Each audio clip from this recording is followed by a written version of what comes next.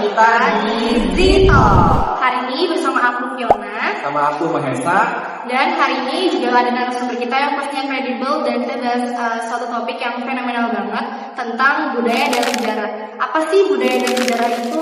Nah, hari ini kita akan bahas topik seputar menari dan kebudayaan. Nah, di sini teman-teman ada nggak yang suka menari nih? Kalau emang suka, teman-teman tuh sukanya narinya modern atau tradisional ya? Atau bahkan keduanya? Kalau kita sih tim nontonin aja, karena kita nggak bisa nari teman-teman. Nah, kalian ada tahu nggak sejarahnya menari itu apa? Sebenarnya menari itu udah ada lama banget ya. Iya betul. Bahkan dari zaman dulu, dari zaman penjajahan, zaman Indonesia Merdeka itu tarian udah ada, cuma belum terkenal aja sampai kayak sekarang. Tari itu banyak banget teman-teman fungsinya selain untuk media hiburan, sebagai media untuk menuangkan kegiatan yang ada di masa lalu kita dituangkan ke dalam tarian. Salah satu contohnya adalah tari saman. Tari saman kan berasal dari Aceh nih. Dia tuh kan terkenal karena keselarasannya dalam menari teman-teman. Jadi diambil dari kehidupan suku Goya yang ada di Aceh. Jadi suku Goya itu suku yang hidupnya selalu gotong royong. Jadi dituangkan ke dalam tarian. Dan tari saman itu sudah diakui oleh UNESCO teman-teman. Langsung aja nih kita punya narasumber yang tentunya masih cantik dan pintar menari. Langsung aja kita sambut Nuka One. Halo Nuka. Halo Nuka, apa kabar? Nah ini dia guys narasumber kita. Coba boleh perkenalkan diri dulu dong. Halo teman-teman, aku perkenalkan aku Nuka One. Aku mahasiswa Gunadarma yang biasa nari. Kamu apa kabar? Aku alhamdulillah baik. Kamu gimana kabarnya? Baik, kita semua baik. Kita semua baik dong. Oke, kita mau nanya nih seputar kamu nih. Kamu katanya suka menari. Kamu tuh suka menari itu mulai dari kapan sih sebenarnya? Aku suka nari itu kayak mulai umur 3 tahun. Lumayan kecil ya? Iya, pas kecil banget. Terus dimulainya tuh karena aku suka ikut papa aku kalau ngajar. Oh jadi bapak kamu ngajar nari atau apa? Iya, papa aku nari. Oh, papa kamu menari atau kamu tari juga? Iya punya, tapi papa aku lebih ke ngajar-ngajar di sekolah atau apa. Jadi kamu ikut ayah terus jadi suka menari gitu. Iya, jadi keikut gitu. Nah, mulai dari umur 3 tahun itu kan udah lumayan kecil ya? Maksudnya masih kecil lah, kita bilang cukup kecil. Kamu ada inspirasi nari itu dari mana? Dari papa atau Iya, dari ada orang lain gitu Iya, ya. atau Mungkin faktor kamu lingkungan? ya. Sebenarnya awalnya tuh aku gak interest, malah tadinya gak mau nari karena mikirnya bosan gitu ngeliat orang nari terus lama-lama kayaknya seru juga nih, kayaknya bisa nih buat ikut. Terus papa aku juga ngeliat ada potensi, jadi ya udah dilanjut aja. Berarti awalnya tuh kayak coba-coba mungkin ya, tapi Iya. seru nih gitu. Iya. Kamu berarti sampai sekarang ya menarinya? Iya sampai sekarang. Oke. Oke, kayak gitu. Terus tanggapan orang tua nih, tahu kan anaknya suka menari nih ya sejak kecil. Itu gimana? Didukung atau gimana? Didukung banget. Pas pertama kali tahu aku suka nari langsung ditanya, mau serius nggak? Kalau nggak serius jangan dilanjutin gitu. Terus aku jawab iya serius. Akhirnya lanjut sampai sekarang 20 tahun. Berarti kamu tuh tarinya tari tradisional, modern atau dua-duanya? Dua-duanya sebenarnya. Modern aku masih belajar sih, tradisi juga, tapi lebih cenderung ke tradisi karena emang dari 3 tahun itu aku tradisi terus gitu. Berarti udah banyak ya tari-tarian daerah kamu? Alhamdulillah. Biasanya tuh kamu tari dari daerah apa aja tradisionalnya? Kalau tari tradisional, kalau aku sendiri punya basicnya Jaipongan Sunda. Terus karena kita di Jakarta, aku tinggalnya di Jakarta, jadi otomatis aku juga bisa tari Betawi. Habis itu aku bisa yang tadi disebutin kalian di awal, Saman aku dengar.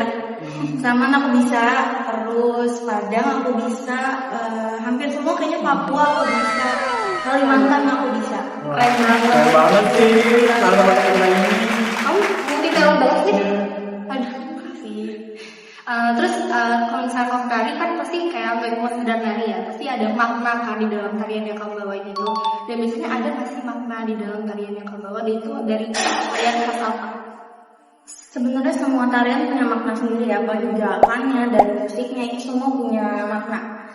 Tapi kalau misal ditanya, yang aku tahu karena kita tinggal di Jakarta tadi, salah satu tarian Betawi yang banyak umum lah orang tahu, apalagi di dunia tari itu nyanyi itu juga punya makna tersendiri gitu. Kalau nyanyi itu setahu aku dia tentang kayak karena dulu kita kan dijajah sama Belanda. Yeah. Nah ada yang namanya istrinya salah satu petinggi Belanda. Nah itu dipanggilnya Nyai.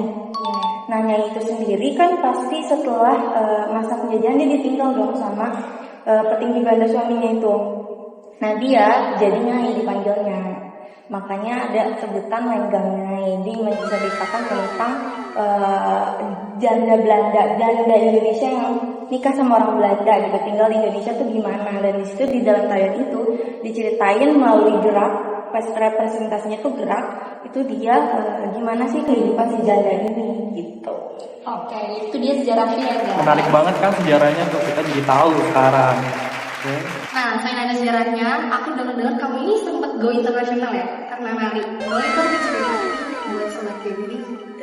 Dibilang go internasional sih, amin ya Allah. Sempat waktu itu 2022 sama kemarin aku ke Dubai. 2022 itu ke Dubai dan 2024 ya berarti ya tahun ini ke Korea. Nah kalau di Dubai itu aku kebetulan jadi misi budaya, jadi aku memperkenalkan ke dunia lah itu di salah satu acara Dubai Expo kalau kalian tahu.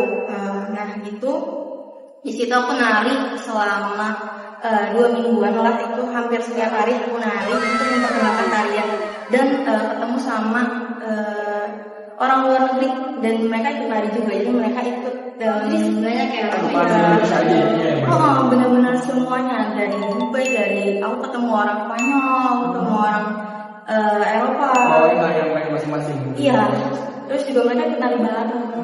Terus kamu waktu pas ke Dubai itu di acara Dubai Expo, kamu bawain tarian apa?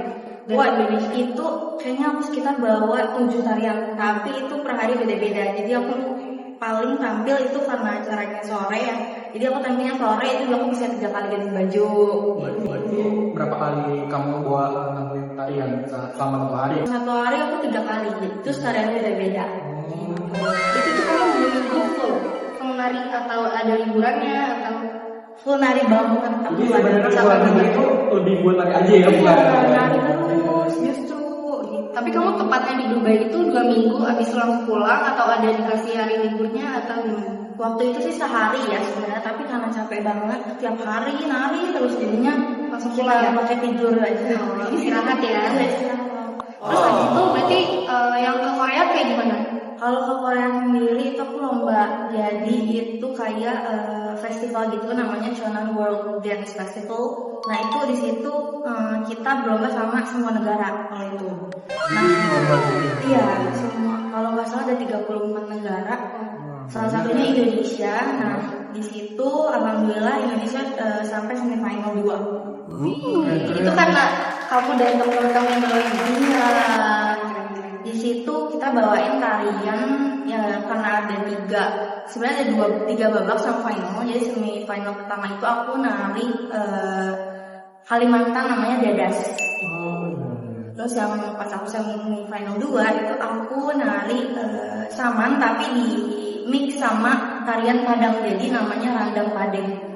Jadi bisa di Iya. aku tahu loh. Jadi di dalam tarian itu kita pakai rapai itu kayak semacam rebana tapi gede. Jadi semua penari bawa itu terus dicampur sama saman.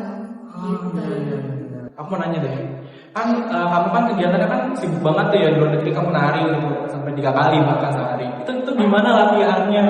Pasti keras Iya. banget gak sih latihannya? Dan apalagi kamu mahasiswa ya, Iya. waktu sama kuliah itu kan kayak Nah gimana? itu yang aku bingung tuh. Coba gimana? Kalau latihan sendiri itu persiapan kayaknya sebulan dan kita kan tuh tim ya. Jadi pas sebulan itu sebenarnya ke Korea itu sebenarnya nggak pernah kekumpul semua penarinya. Ada yang nari, ada yang kegiatan apa. Nah jadinya nggak pernah bareng-bareng jarang. Nah jadi kayaknya itu latihan sebulan.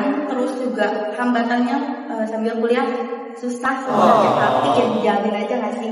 Ya kayak kalau nggak dijalanin kan nggak tahu ya. Di pintar-pintar kita aja gitu. Kita mengatur waktu kali ya.